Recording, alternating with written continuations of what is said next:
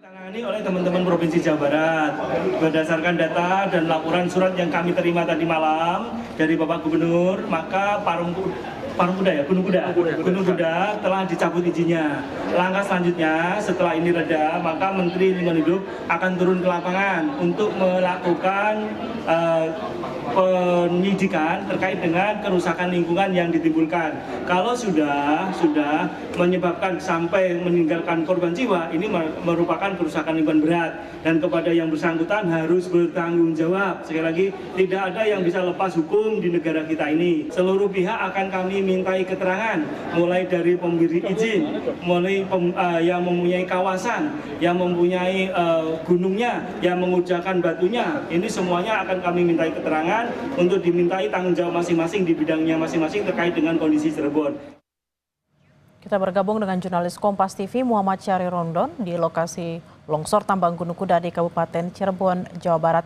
Selamat siang Syahri, bagaimana perkembangan proses pencarian korban hingga siang hari ini dan apa strategi tim SAR soal kendala bebatuan besar di lokasi dan juga ada tumpukan-tumpukan akibat longsor susulan?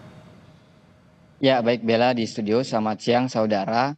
Betul sekali, proses pencarian hari ke-6 ini kembali dilanjutkan pada pukul 8 pagi tadi, di mana pertama pergerakan dilakukan oleh 3 ekor anjing pelacak, yang juga salah satunya diantaranya penambahan dari satu satwa kemarin, artinya unit satwa Polda Jawa Barat ada 4 yang standby di titik lokasi ini. Mereka menemukan 3 titik lagi yang dicurigai merupakan tempat adanya korban yang masih tertimbun. Kemudian tim alat berat bergerak ke titik lokasi tersebut untuk melakukan pencarian dan pengerukan material bahan longsor.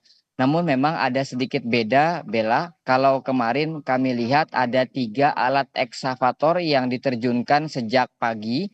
Namun pada hari ini rupanya yang difokuskan itu adalah alat loader, artinya kendaraan besar yang berusaha untuk menggeser beban material bebatuan dari titik yang dekat dengan yang dicium oleh anjing pelacak tersebut untuk dibawa ke bagian bawah.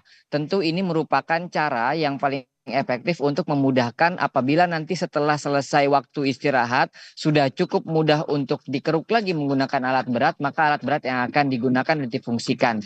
Selain itu memang proses pencarian juga masih pengawasan maksud kami dilakukan oleh tim inspektur tambang yang tepat berada di belakang saya. Tenda biru itu disediakan oleh tim gabungan untuk melakukan pemantauan dari beberapa jarak mengingat ada beberapa patahan-patahan tebing atau lereng yang masih berpotensi untuk terjadinya longsor. Dan Dim 0620 Kabupaten Cirebon, Letkol Infanteri Muhammad Yusron tidak ingin proses pencarian ini justru membahayakan para operator yang sedang mencari korban. Sehingga akhirnya proses dari zona merah terus dikeruk, dicari, diupayakan untuk mencari 4 korban, sementara dari bagian lain tim pengawas juga tetap bergerak. Ini dirasa cukup efektif untuk menjaga dan mempercepat proses pencarian. Ada 4 orang memang yang masih tertimbun, Bella, sampai saat ini masih terus dilakukan pencarian. Keempatnya adalah Muniah, kemudian Tono, kemudian Nurrahman, dan yang terakhir adalah Dedi. Keempat orang ini adalah warga Kabupaten Cirebon. Dan hari ini pagi tadi seluruh keluarga korban dihadirkan dalam agenda doa bersama lintas agama dan juga keluarga korban, di mana setelah melakukan doa bersama tersebut ada mediasi yang dilakukan oleh pemerintah daerah Kabupaten Cirebon bersama tim gabungan dengan 4 keluarga korban. Kami belum mendapatkan hasil kesimpulan dari utamanya pada saat mereka melakukan mediasi tersebut, namun harapan dari keluarga korban agar proses pencarian tetap dilanjutkan sehingga mereka memiliki kepastian bagaimana dan seperti apa kondisi terakhir 4 keluarga korban mereka yang sampai saat ini masih dinyatakan hilang atau belum ditemukan.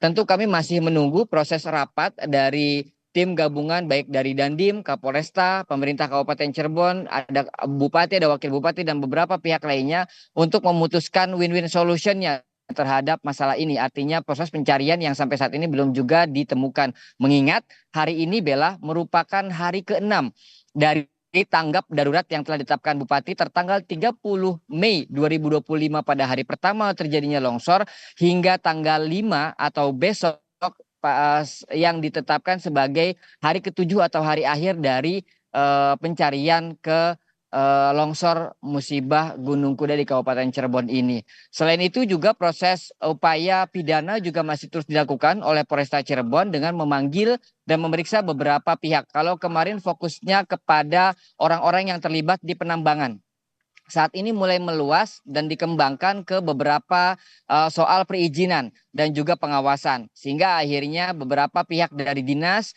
juga dimintai keterangannya untuk memastikan bagaimana proses izin yang mereka tempuh selama melakukan penambangan di titik ini. Bella.